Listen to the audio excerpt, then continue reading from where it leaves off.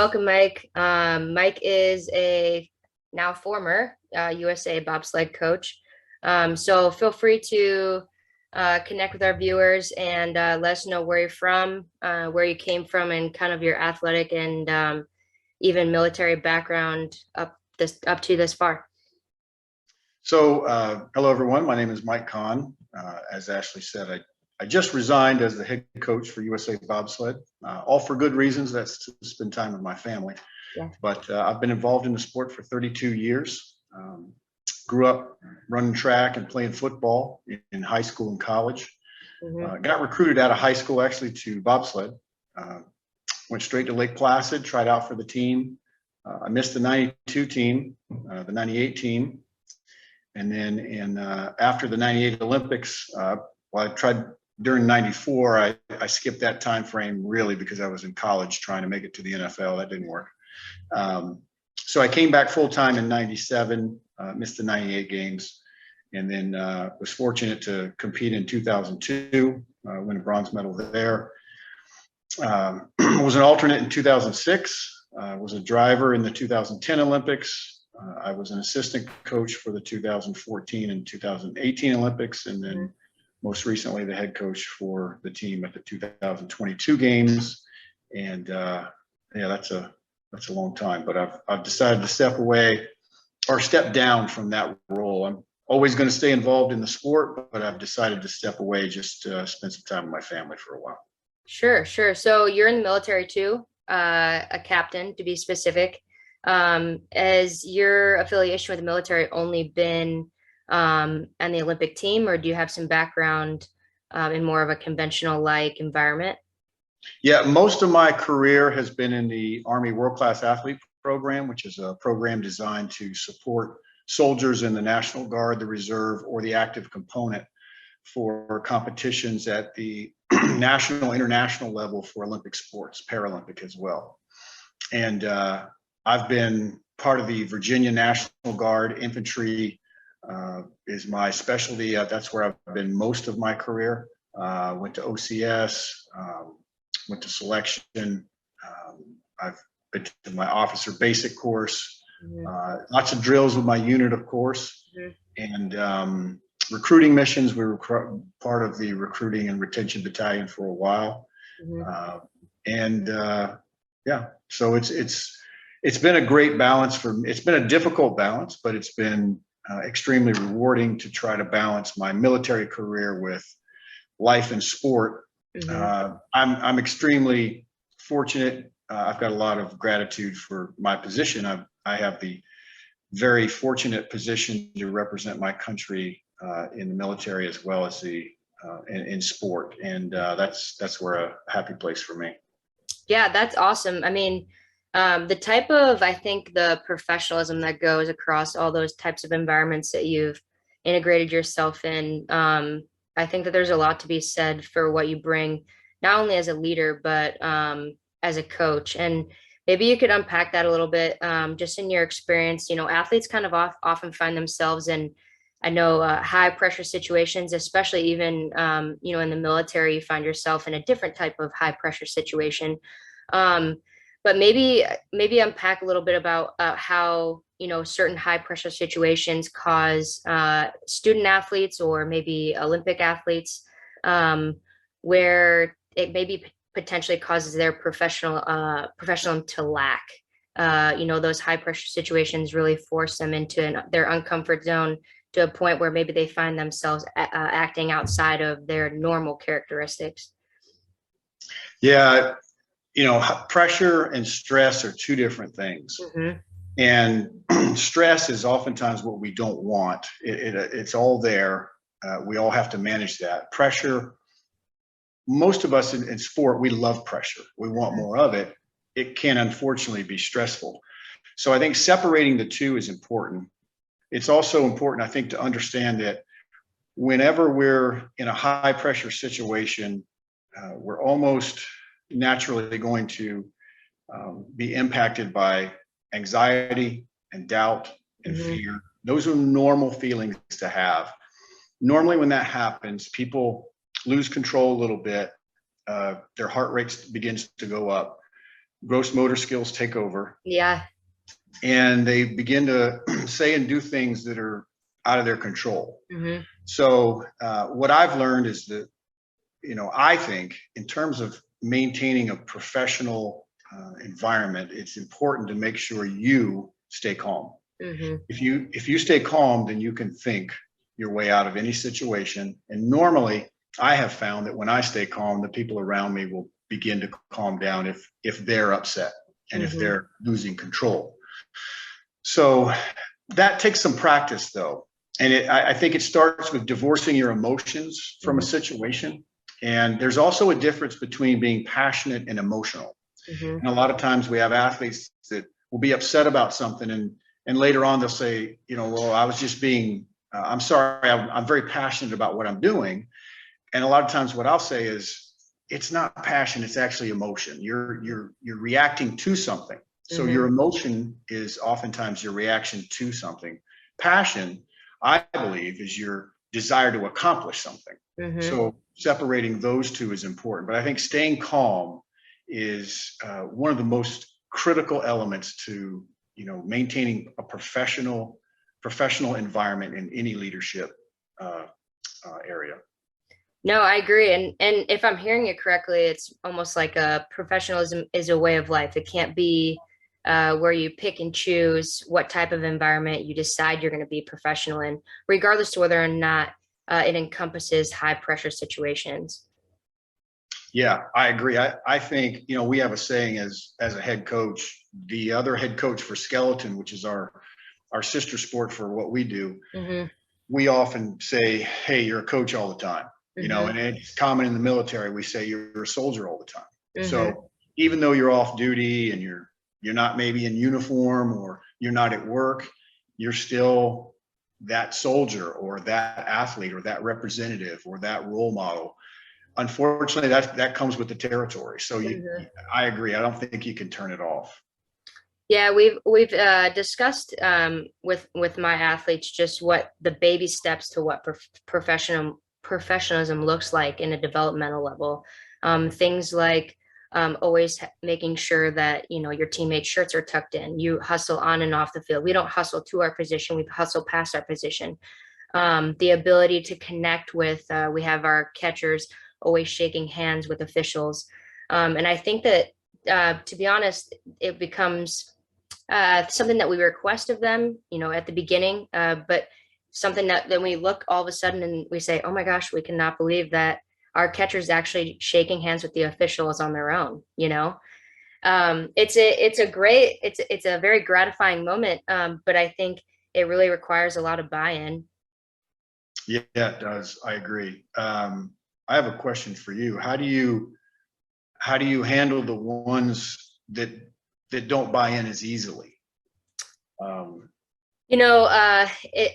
I'm happy you asked that because I just recently did an interview with a strength coach, and he's over at Dakota State, and he was talking about, I said, if there was one thing that you can tell a student athlete before they come into an institution where they're unfamiliar with their environment in the weight room, what would you tell them to do? And I'm thinking he's going to respond, something like resistance band work or injury prevention. Hey, make sure you know how to hinge or get behind the rack. And the first thing he says is, I think you can expound upon your mental game. You can always choose to educate yourself. And he talked about a book, and it's called Conscious Coaching. And he said there, there's 100 different ways that we should be able to speak to athletes, right, as coaches. And I think that that's one of the big things is finding what can make a kid tick, right? Trying to pay attention to maybe their interactions with other people, their interactions with their parents. How do they choose to pick up their glove or approach the batter's box? And kind of sitting back and evaluating how I can better connect with that specific athlete to kind of take that approach to maybe getting them in a way that they can buy in. Yeah, that's a good point. Are you familiar with disc profiles? Not particularly, no. Mm-mm. So I can't remember his name, but he invented the lie detector. Okay. He also invented the superhero Wonder Woman. Okay. But the DISC profile is a behavior profile. Most people will think of Myers-Briggs. Mm-hmm. The DISC profile is very useful, I have found, for identifying what you said about what makes people tick. Mm-hmm. So, for example, the D stands for direct or dominance. These are people that are very direct. They're very outspoken. They tend to be very honest about what they're thinking. They tend to speak their minds. They don't beat around the bush. Mm-hmm. They can rub people the wrong way, though.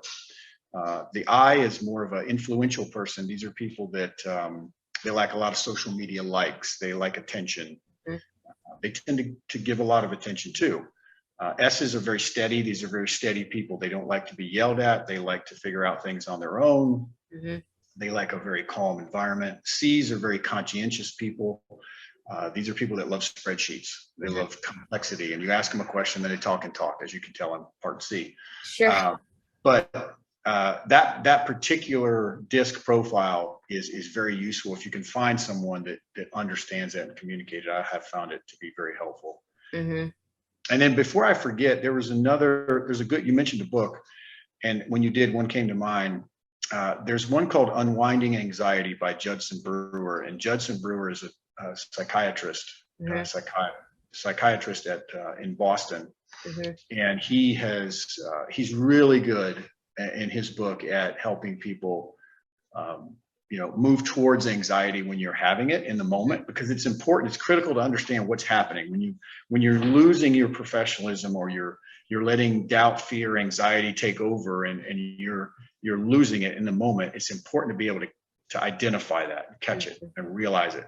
I think we've all had that happen in life, right? We've all probably lost it at some point and been really upset with someone, regretted it, went back and apologized. And I think that if you have that moment where you catch yourself losing it, your professionalism, and you can revert back to staying calm, take a breath, count to 3, 10, 15, whatever that is, and allow the temperature in the room to come down.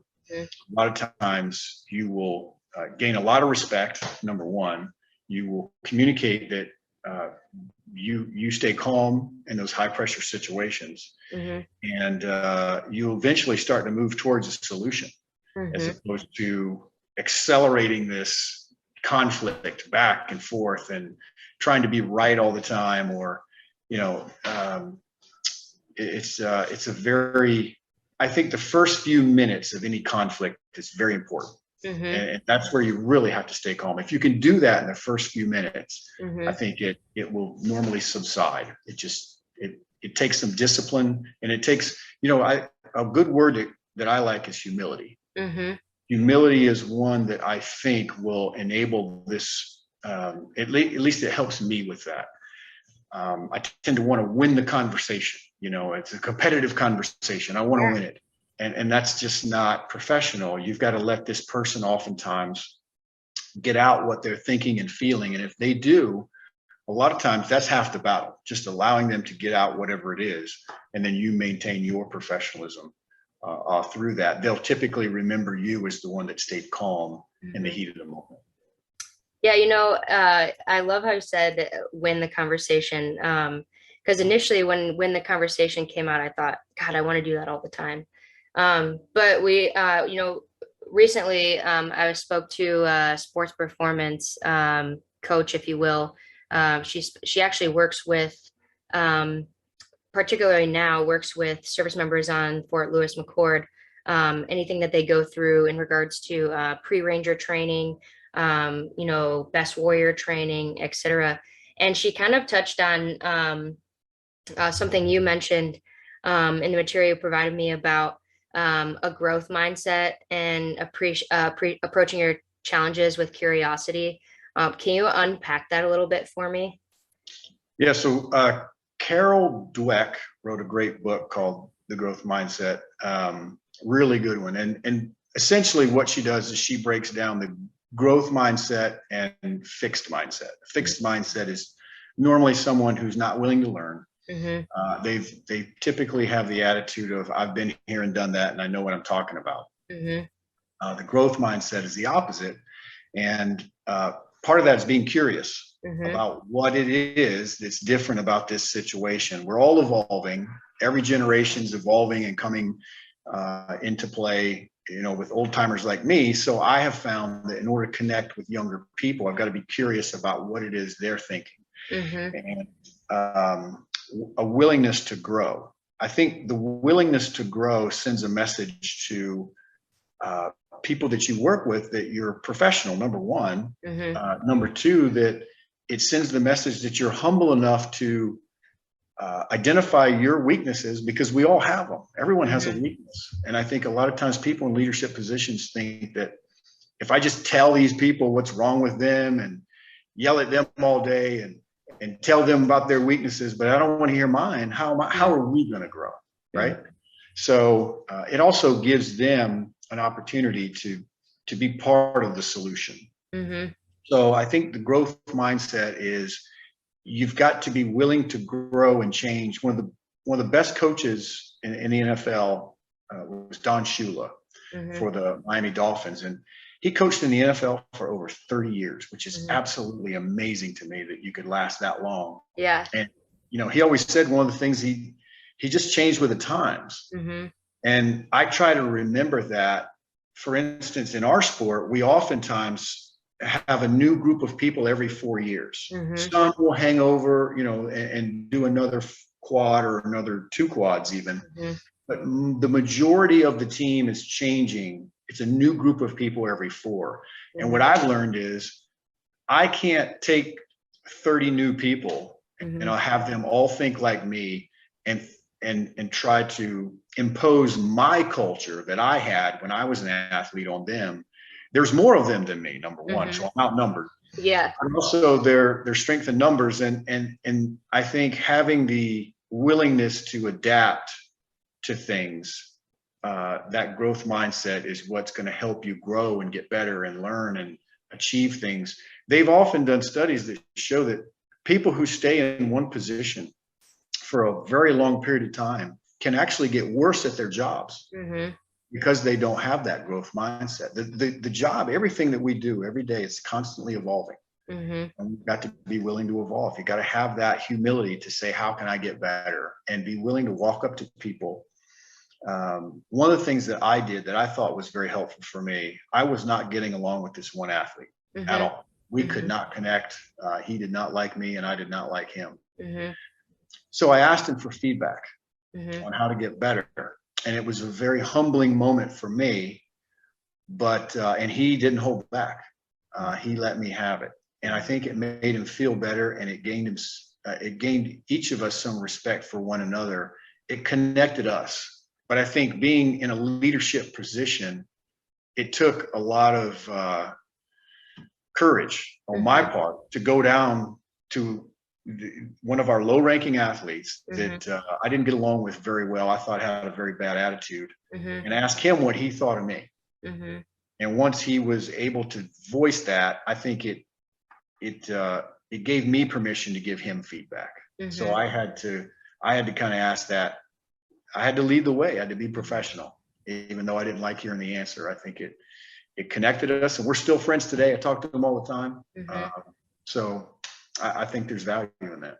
I think obviously there's something great about coaching more developmental like athletes, specifically to youth, right? And then there's something special about coaching adults, right? The types of approaches that we can take when we ask our athletes to be professional, right? I think in the moment between you and your athlete, that is a tactic that would essentially give that athlete the be able to reflect and say, wow, I didn't really see that one coming. Right. So at that point, he's willing to respect you more and act professionally on your behalf, and his behalf. Right. But expect, that type of, I don't know. I think when I look at the opportunities that something like that exchange could work in maybe a youth development type of environment, I think that I would have to be tactful in the way that I ask those types of things. Because when we start asking youth athletes, hey, how can we be better? I'm looking specifically as to how can I be better coach for you? What do you need from me? Rather than what do you think of me, right? Because sometimes kids don't know. Those are the hard questions. And while I think that it's important for them to reflect on those things, I think it can create an environment where maybe the youth athlete thinks, well, she's asking my opinion. What kind of leverage does that give me? You know? Mhm. Yes, it could certainly be twisted. Um, I, I'll share this with you. My wife and I, we have a 10-year-old and an 8-year-old. Mm-hmm. And so I'm not sure if they are the guinea pigs or my athletes are the guinea pigs, but I Mm-hmm. have tried different things on them. And the one thing speaking of professionalism, one of the things that we have made sure our boys do Mm-hmm. is, and we practice this ourselves, is we Mm-hmm. always make sure that we say a couple of things. One is yes sir, no sir, yes ma'am, no ma'am, please and Mm-hmm. thank you, Mm-hmm. and how can I help? Mm-hmm. So that's a standard thing we started a long time ago, where every time we speak to each other, every time I speak to my wife, it's yes ma'am or no ma'am, or when I talk to them, I say yes sir or no sir. Mm-hmm.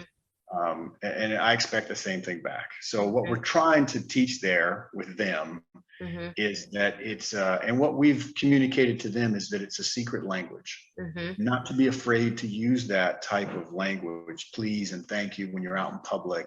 Mm-hmm. Oftentimes it might feel uncomfortable because you don't hear other people doing it, but there's a very simple compliment that you can give someone when you say please and thank you for holding the door or whatever, bringing your meal to your table, whatever that may be. It's a professional thing that I think it starts to build a habit Mm-hmm. of just being professional, respecting people. Mm-hmm. And I think early on, you talk about shaking hands with the umpire. Mm-hmm. I think it's the most important. It's more important than winning the game. Mm-hmm. More important than the sport.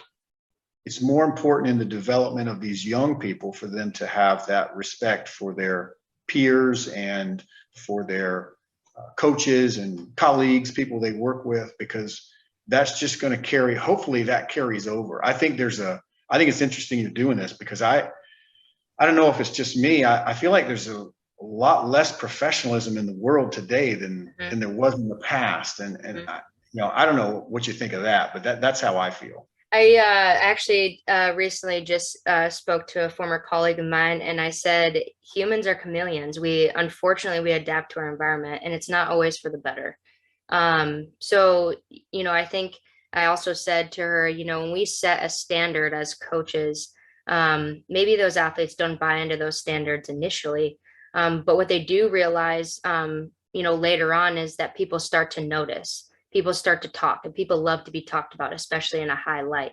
So when they start noticing people talk about not necessarily the name on the front of the jersey, but they start talking about the name on the back of the jersey, and in a high level connotation, people start to be more repetitive in the things that were a standard at all times, but they just started to buy in.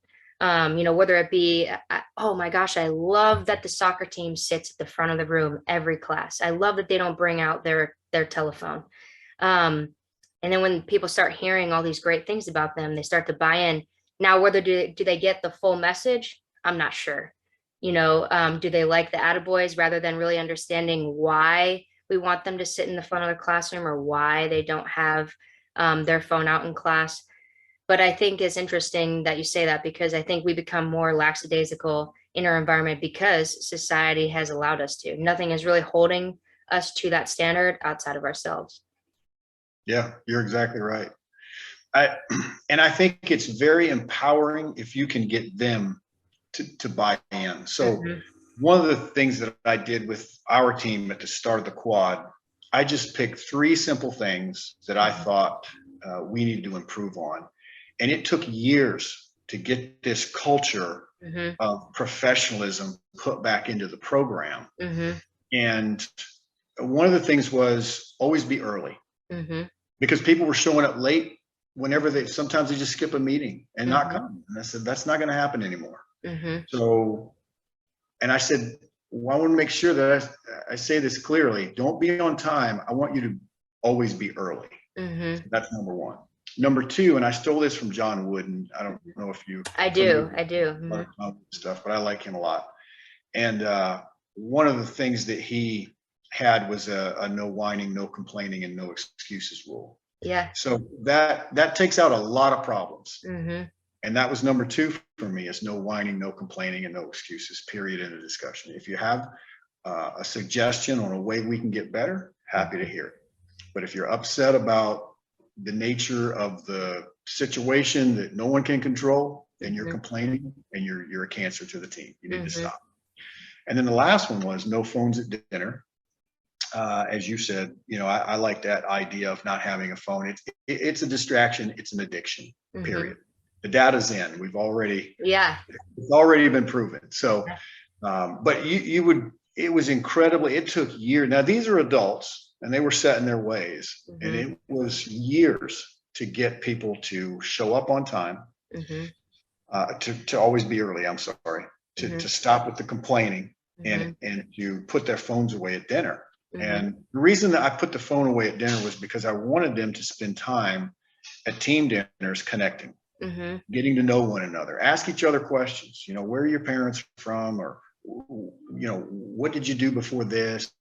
What are your plans after sport? Get to know that that human connection is a very valuable thing. And there's so many unprofessional things about having a phone at a dinner table. Why are you even sitting together? It doesn't make any sense, and people, it's just a recipe for disaster. I mean, it's got unprofessional written all over it.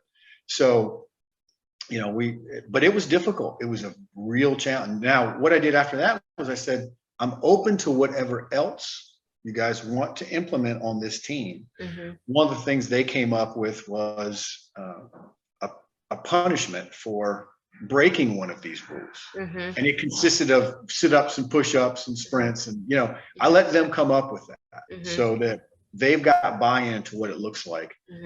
There was a few other things that they came up with as well, but having them, what I've learned is that having them own what that looks like is a very powerful thing.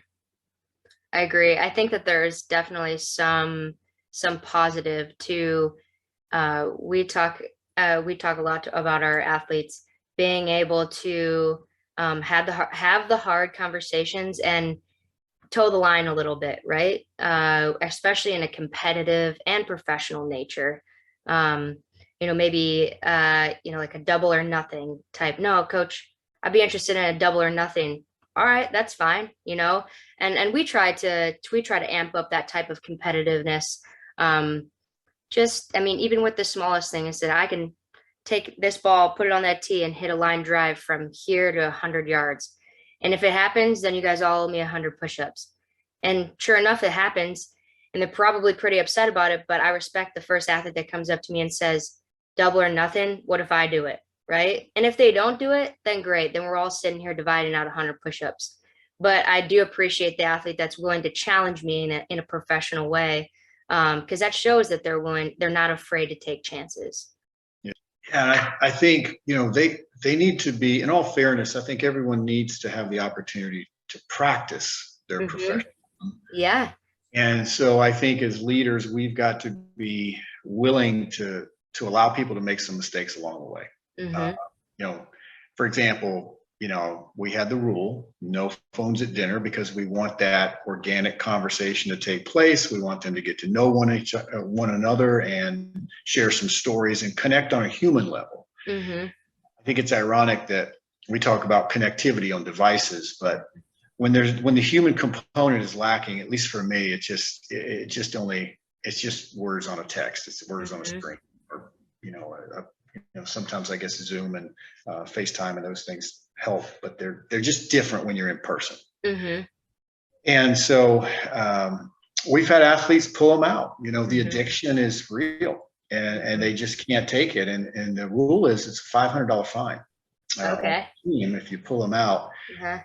We had an athlete that refused to put hers away, and I issued a $500 fine.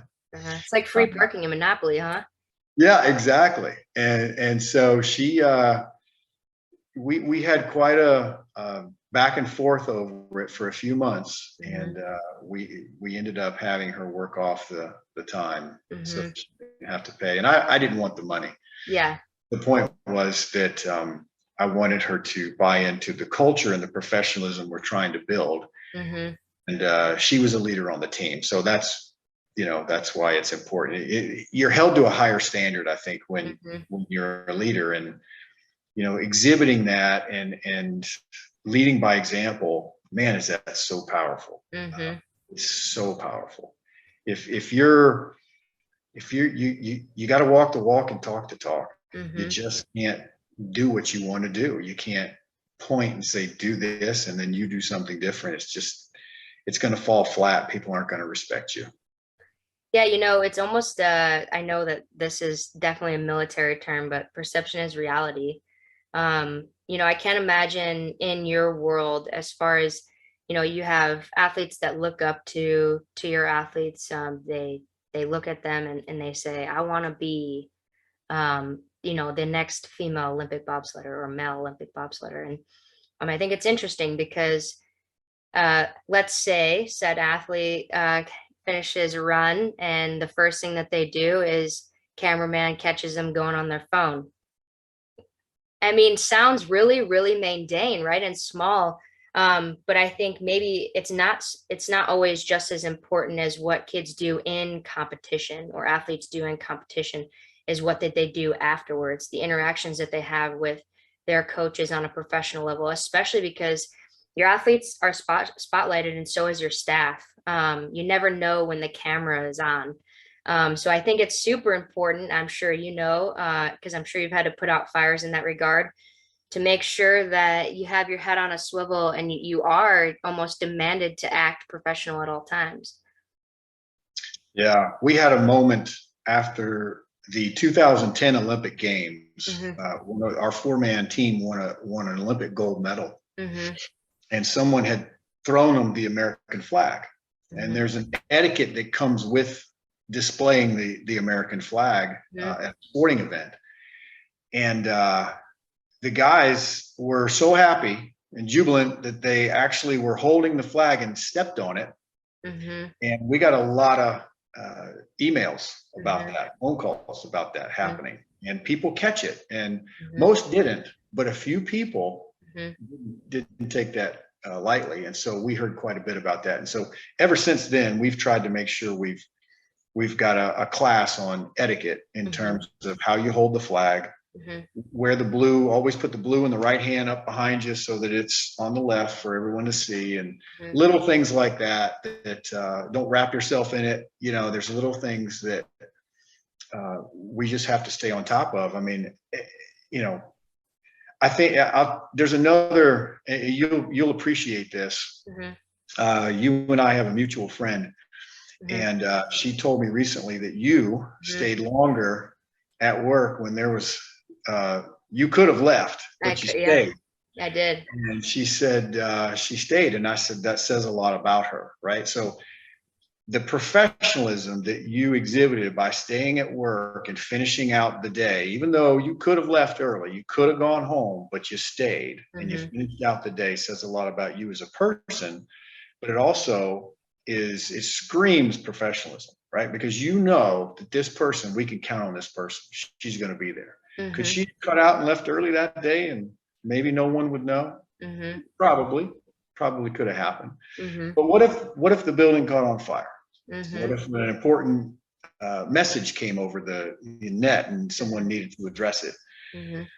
You were there, and it speaks volumes, because now as you begin to exhibit professionalism and lead by example, you start to hopefully create a culture, but you also build trust. And the more people that trust you, I mean, that's the most important thing for a lot of organizations, and a lot of people value trust over any other quality many times. So if they can trust you, I always like to say, I'd rather get caught doing the right thing than doing the wrong thing. And, one of the things I like to do now, and the military taught me this, was if I see trash on the ground, I pick it up. I don't have to, but you never know who's watching. It might be my son that's watching me pick up that trash one day. And hopefully he will then reciprocate that down the road and say, or exhibit that same behavior down the road and say, you know what, my dad always picks up trash and pick up trash. It's not that hard. Just pick up the trash, put it in the can. There's trash cans everywhere. You can find them. And you just never know who's watching. And I'm sure you've probably met, we all have family members or people we admire or respect in a professional environment that do things that we never forget about that person. So it may be, my grandfather never used a foul word in his life. And I'll always remember his exemplary professionalism. And just, there were many moments where he could have used a foul word. Never did.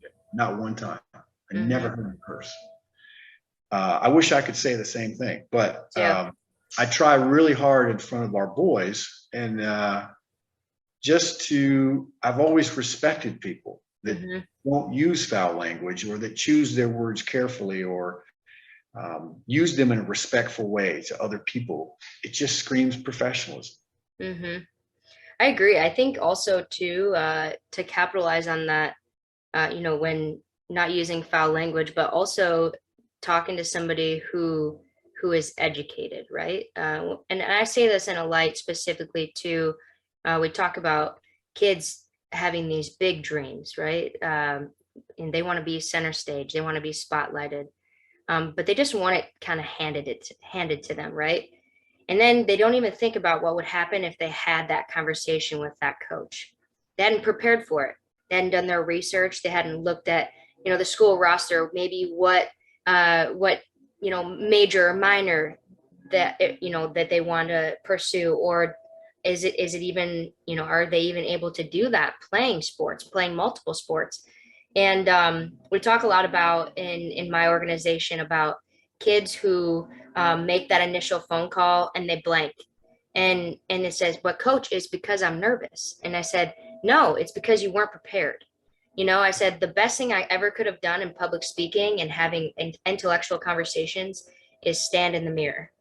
And she's like, gosh, that's got to be awkward. I said, yeah, but it can't get any more awkward or any more uncomfortable than watching yourself have a conversation in the mirror. And I think it's important. We also talk about, like I was kind of alluding to, the intellectual conversations is people using appropriate language, people using a variety of language. And I think that comes a lot with, that says a lot about a person and their willingness to do things we call lonely work, learn on their own, not because they're required to, but because they want to be a better whole person. Yeah. That desire to improve yourself, self-help books, or having that growth mindset, willing to continue to grow and get better. And I think there's a number of factors that come into play with that. One, it helps to be around people that are like-minded, that want to grow as well. That's an exciting thing for me, to be around people that want to grow and learn together. It's a little frustrating when you're surrounded by people that are just kind of checking the box every day, going to work and coming home and doing the same old thing. I would like to continue to grow into my old age. As life takes me into my old age, I still want to continue to grow and learn and get better. I think it takes, like you said, finding the time to explore some resources that can help you grow, seeking feedback from people that you trust, that will tell you the truth about things. Absolutely. Being direct and giving people some honest feedback, it's oftentimes difficult, especially for people we're close to, but there's a way to deliver that. There's a way to tell someone something. Hey, listen, this might be a little hard to hear, but here's what I'm thinking and feeling, and I don't know if you want to learn about this, but I think you could use this, and hopefully you take that initiative to try to grow and get better. I have, and sometimes it, maybe it doesn't hit as hard as you would like, but there's some things that, wow, I didn't know I was really doing this. I'll give you an example. When I first started coaching, I went from athlete to coach overnight, and I had no clue what I was doing. And I struggled. And the first 4 years, I didn't know if I was going to keep my job because I just didn't know. And what I was doing all the wrong things. I was a young coach that was making it all about myself. Mm-hmm. And I was very competitive, and I was thinking like an athlete, mm-hmm. selfish. And I had to learn quickly that it's not about me. Mm-hmm. It's about helping others get to where they want to be. And it took some people, it took signing up for a coaching course. The mm-hmm. U.S. Olympic Committee had a coaching course. It was it's called the National Team Coaching Leadership Education Program. Mm-hmm. It was a 2-year course mm-hmm. that I was the only coach that signed up for it. Mm-hmm. And it was because I was struggling. I didn't know how to get out of where I was. I felt like I was about to lose my job. There were people telling me I wasn't doing well. And this is the best thing that ever happened to me. Going through that course of self-reflection and mm-hmm. Being willing to hear what you're not doing well from people, your peers. There were other Olympic coaches in this program, and we all shared with each other what we thought of each other as we got to know each other. And hearing it from others had a pretty powerful impact, mm-hmm. and made me seriously reflect what I was doing wrong and how I wanted to change. And, disc profile was part of that. Reaching out to that athlete that I wasn't, connected well with. Mm-hmm. That's really helped me grow. Results are not always tied to that, but we did win 3 medals at the Olympic Games, and I feel very positive about the experience. I'm trying to find a new way to grow now. I think part of that is as a dad, but it's important, I think, to change, make your environment, I think, has a lot to say with your own growth. Mm-hmm. Yeah, I agree. There's so many good things you said. And I think one thing, that I took, and maybe just an additional question for you is as far as like, when you talk about the professionalism and the growth mindset, even just in different environments, because, you said your transition from an athlete to coach was not as easy or as seamless as it may have when you weren't while you were an athlete. And we talk about in my organization, athletes' willingness to give productive feedback to other athletes. Because sometimes I think it lands a little bit different. That kind of reverts back to the 100 ways that you can, different ways you can teach athletes. But as you coach adults, I think that maybe that there's a little bit of tension that goes along with the communication or the productive communication that happens between athletes, or athlete to athlete or athlete to coach. Especially because, if I'm not mistaken, there's no one on your coaching staff that has not been in a bobsled before and successfully won a medal. So would you say that type of feedback is welcomed athlete to athlete? Do you believe that, there are some times where you have well-established athletes that are unwilling to receive feedback? And what does that look like? Great question. There's a good book called 9 Lives of Work. Okay. And it's by Marcus Buckingham out of England. And what he says in there is that people don't actually want feedback. What they want is attention. Mm-hmm. And I think that's fair. One of the things I've learned is that everyone's different. Some people want more feedback or attention. Mm-hmm. Others are a little less receptive to it.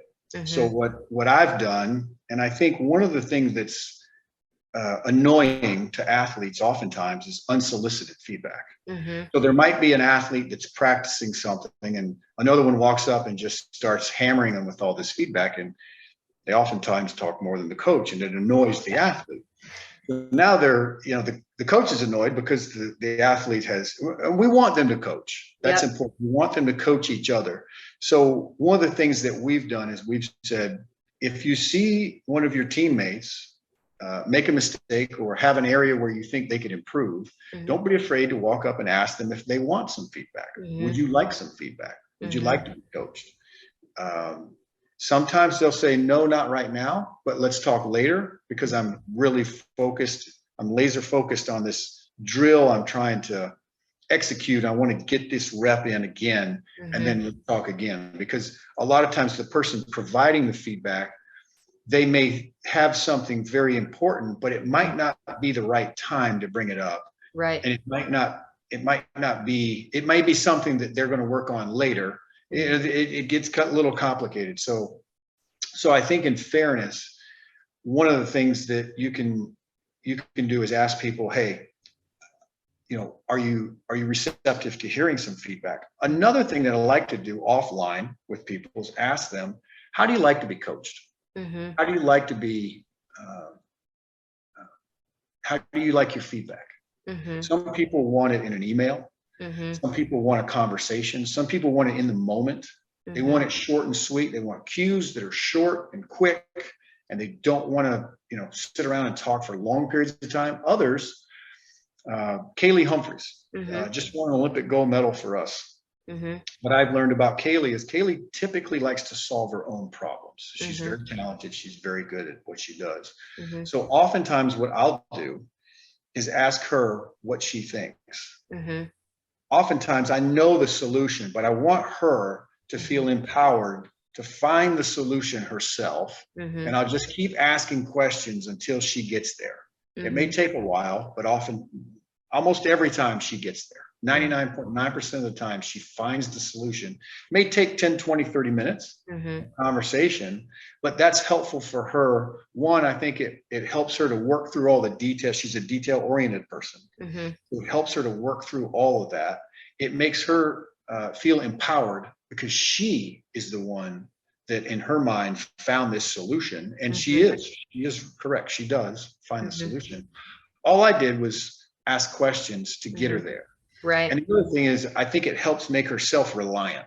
So now she feels empowered to solve her own problems down the road. And it's a little painstaking. It may be a little painstaking for a coach because they've got to sit through some questions, pepper them with them. But it creates an environment where, one, she feels empowered. She feels self-reliant. She can solve her own problems now. And I often tell athletes, I need you to be self-reliant and empowered to make decisions when you're going down that track at 90 miles an hour, because I can't be in the sled to make them for you. No one can. Right. So long answer to feedback, but. No, yeah, I love that. I use the word, maybe when we have a moment to reflect. I actually saw Colleen Hackard speak this past summer. A friend of mine actually played for her at Pacific Lutheran University when she was a soccer coach there. Now she's a department head of kinesiology, and I watched her speak, and she often alluded to our ability to interject in a student's or student athlete's ability to actually figure them out themselves, because we like them want to see things now. So she's like, if you're in a softball environment and you're practicing and you're doing a drill and you're correcting, you're making on the spot corrections. She's like, you have to think about how productive that is, because in a game, you're not necessarily going to be able to stop. I say on the spot corrections as in stopping the drill and correcting. She said, never in a game are you going to be able to just say, hey, Blue, can I get time here? And you're going to be able to discuss and have that productive conversation of what the athlete should have done. So you've now taught the athlete that once they complete a drill from start to finish or a repetition, that they automatically look to you and they say, almost like did I do it right? Right. So in the long and short, I always go with my athletes, especially in the outfield or in hitting. What did you feel when it went well, and what did you feel when it didn't go well? But like you said, I think it forces them to really internalize and reflect. But like you said, it does make them feel empowered, which I think now more than ever, athletes need to feel, especially the younger kids. Yeah, I agree. So, well, Mike, I super appreciate you coming on and taking the time to discuss so many great things specifically to professionalism. And I wish you the best in your next endeavor in owning being a dad, but also being involved in sports all like, but also continuing with USA. So Well, thank you. I appreciate the opportunity to come on here and speak with you. I learned something, so I appreciate that. You recommended a book. I'm going to pull that up and read that. So I love talking about this stuff because, well, it's our wheelhouse, right? So we're all leaders. I think everyone's a leader. We say that in the military. Everyone here's a leader. Everyone on our team's a leader in some way, shape, or form. Yeah. So professionalism is hand in hand with leadership. Every conversation is the opportunity to learn. So I do appreciate having this conversation with you and learning about the ins and outs of what you've done and how this can help athletes going forward. So I appreciate it. Thank you, Ashley.